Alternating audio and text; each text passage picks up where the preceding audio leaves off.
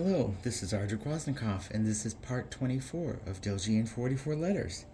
The next letter that we're going to look at in the Delzhi alphabet is a little bit of an oddball because it is a letter that represents a sound which is extremely rare in the root dialects of Dena'ina, not just the one local to where I am, but also all over the region.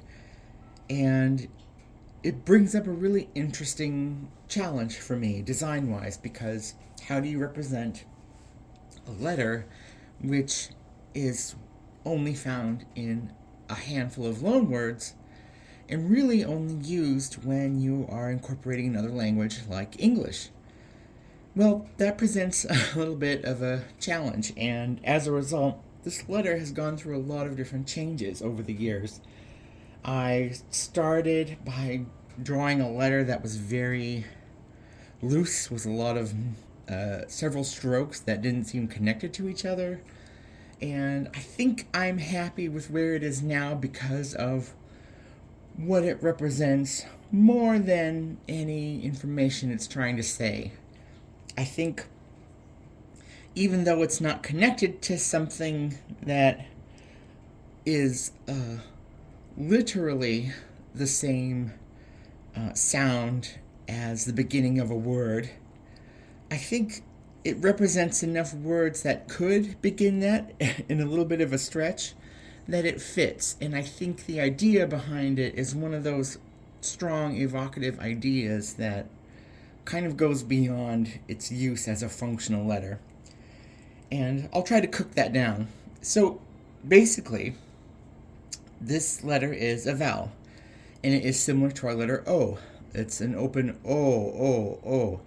And that sound is pretty much completely foreign to Dena'ina in many languages in this area of the world. And when I was doing a lot more research in the past in linguistics, especially when I was a student for a short period of time, I found some really interesting information about vowels and geography and where different languages are spoken. And I think this is a really good thing to talk about for this letter because of what it represents. And it kind of represents the sound itself, but also in relation to the location and the culture. And that's where art and design comes in. It lets us communicate about this in this different way. That's not just me saying, we don't use the letter O here. Because that's kind of a flat statement, and it's not necessarily true because, as I've mentioned many times before, we are people who speak English nowadays, and we use this letter a lot. It shows up often. So let's look at the design of it first.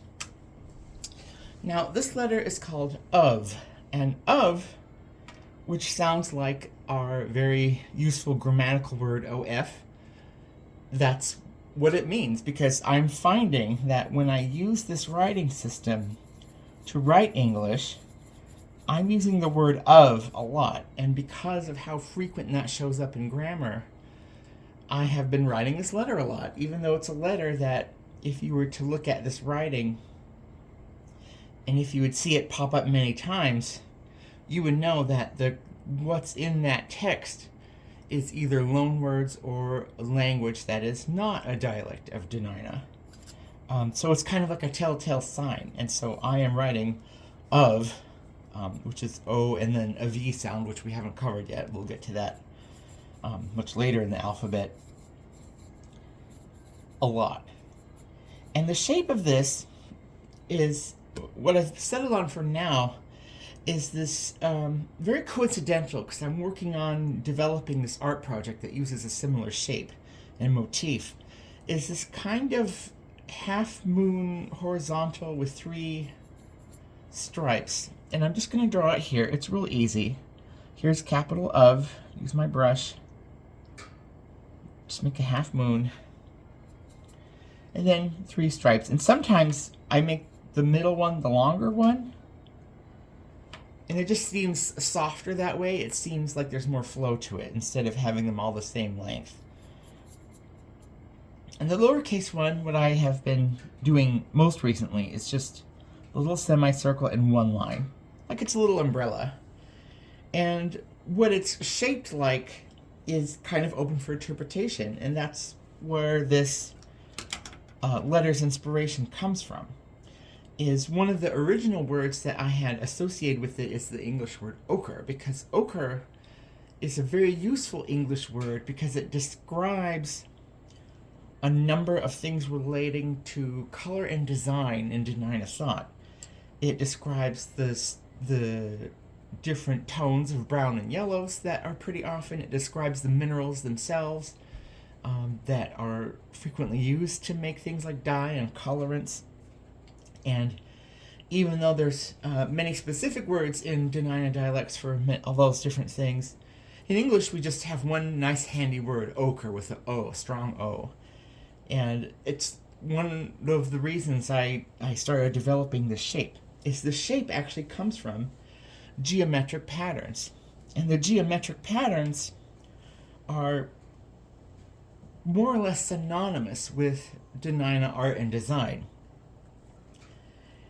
And one of the things that is really noticeable about Dena'ina art design, and I have used different color pens to make some different patterns, is classically it has all been very geometric. And this is before a lot of cultural exchange was happening. A lot of European era cultural exchange was the earliest things that we know of that did have art and design, because art and design are features of cultures that have some level of economic stability, and they are a sign of development. Unlike a lot of neighboring regions, you don't see things like totemic figures or realistic adaptations. You do see things like occasionally carved masks or other ceremonial items that might be a little bit more literal, but even those had very simplistic, abstracted, and that's why the theme of this letter is abstraction, abstracted versions and forms, and that's something that resonates with me, and I love abstraction. I love things that are not literal, or things that you have to look at and read for yourself and kind of decide what they are. And the pattern that I've chosen for this letter comes from these half moons, which can mean many things. These half moons can be rain clouds, and this is the interpretation that I chose specifically because here's like the impression of a cloud and here's some rain. And I actually use this symbol a lot when I make things that have to do with the late summer season, which there's a lot of rain and fog and mist. I use this same kind of motif. The half moons can also be sunrise and sunset, of course. They can be fish scales. They can be waves. They can be hills or mountains. And they're just kind of useful. And that's where abstracted patterns are very useful like that. And as you can see by some of these examples that I've taken from different references of different objects and books that I've just kind of scribbled and copied, they're pretty similar to other cultures in like the American Southwest and the Canadian prairies. They have a lot of in common, and that's to do with having a common ancestry, a lot of common cultures that our cultures now are branched from. And these cultures very much loved their geometric designs, and I would argue that even more so here, historically, because there are very few examples of more literal designs or interpretations. You don't even see animal forms. You don't see a lot of human forms. You see very rudimentary patterns and occasionally more like stick-shaped things that could be people or creatures. But going back to the discussion about materials, because many things were made of wood and materials that disintegrate over time very easily, we don't have a really strong record of like an art history. We have what we know based on samples of things and the recorded knowledge of people who were ancestors or recent descendants of pre-contact people. But even that information is very thin. But what we do have is evidence of this rich knowledge of things like dyes and paints and using colors and shapes as a rich pattern of symbolism. Even though we really don't know what a lot of them necessarily mean, we know that they exist and that they're important. And this is why I've chosen to use this kind of berry wine color, because it's that, of course, is one of the colors of dye that people would use. And one of the words for dye or things that are dyed is batuk enoyashi, which I've written here and ran out of room. I had to use a hyphen. And that can mean anything. That can mean dyes made from berries, dyes made from pigments like ochre, could be dyes made from leaves, and all kinds of colorants. And back to the discussion about colors a few videos ago, there are many different terms for what those basic colors were, and those basic colors are largely related to the materials available to make dyes. And so that's why I've chosen this design, as it kind of represents that whole idea of expression itself and abstracted thought. Because it's a letter that's not commonly used, I had to abstract out a meaningful design for it. And this is what I've chosen. And to go to the sound for a few moments, I want to just talk about the role of the vowel and where it is, and what is, I find, to be exceptionally interesting about this vowel is it's a more open, the way we use O's in English and also other languages that have been introduced here over time is very open. It's very O. We have big O sounds. And in languages like Dena'ina, there are not many open vowels. They're very short. Your mouth does not need to open as much to get those vowels out, and much of the language is encoded in consonants more so than vowels. And one of the things that I first learned about studying linguistics was how the location of different languages around the world was a strong indicator of which languages had more open vowel sounds, from less, including like Dena'ina, where we have a lot of and and which are more of a closed mouth sound. And studies have been done, many studies, and in fact when I was looking up information for this video, I found a wonderful article that kind of summarizes it all on Atlas Obscura, and I will put that in the description for people to look at themselves.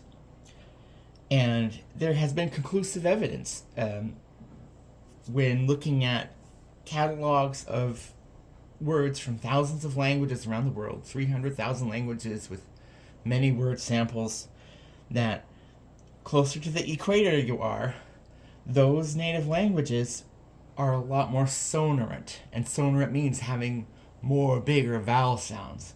And the closer you are in either direction, north or south, to the poles, the less sonorant there are, the more soft the vowels are. And there's been a few theories as to why that is, and there are, of course, examples of counterexamples. And one of the latest theories behind this has to do with temperature and also moisture in the air. And some of the latest thoughts about this phenomenon are that sonorant languages with big open sounds are better in environments with more humidity, because those sounds travel easier through moist air, whereas the softer sounds sometimes just are absorbed by the air. And this has happened to me because whenever I travel, especially to a warmer place, I have been told I speak very softly, which is very odd. And because to me, I think I speak pretty loudly, but apparently to others, I speak very softly. And that's just a personal anecdote, but that's kind of an example, a basic example of this phenomenon. And what is really fascinating about that theory of moisture is the anomalous information. And if you look at a map which has this information coded on it, and there's a small one on this article, you'll see three areas that kind of stick out because they're not in line with that gradient that goes from less sonorants in the north to high sonorants at the equator and less in the south. There's three areas that stick out, and they are the Rocky Mountains, the Andes, and the Himalayas. And all three of these places have very low sonorants compared to all the other neighboring places on the earth at the same latitudes. So these mountainy areas have similar sonorants to languages much farther north and much farther south. And that is a little bit of evidence that says, yes, temperature and humidity does play a factor, because in those environments, the temperatures are lower and there's less humidity. So it may in fact be something that is related to how we speak is determined by our environment, and how our environment may have a very big role in determining how our languages evolve. And so where people live could be an excellent predictor of how a language might break apart and evolve into new languages and dialects over time. And for me, I think that is just really cool. But the one challenge to this kind of theory and process, and really taking this very seriously, is this research has not been fully flushed out, because there are so many languages in the world, but many languages in the world are either endangered or they have limited vocabulary, where we don't have enough information to judge how frequent sounds are in a language. Like with a language like English or French, it's really easy because we have these vast dictionaries that have been made into audio versions and detailed databases over the years. And we can easily look up, okay, what's the most frequent sound in English? What's the second most frequent sound? Well, we can't do that with, I would be willing to guess, at least half of the world's known currently spoken languages, because there's not a big enough data set. There's not enough of a population to determine what is the most used sound. But I think when you get to pulling apart numbers at that level, if that population is pretty small, then kind of getting a sense of what is more empirical to be like an average frequency, maybe there's a lot less weight on that and it shouldn't be taken as seriously as we think. But that's something I really like to think about. Well, that is all I wanted to talk about for this letter. It, like I said, it goes into a whole nother place. It really doesn't have much to do with local words here other than loanwords, which is a little bit of a, it's a 180 right after the letter knock, which was probably the most frequent used letter in this language, at least in my very amateur guess. So I'm going to leave that there. I will see you for the next video. Thank you.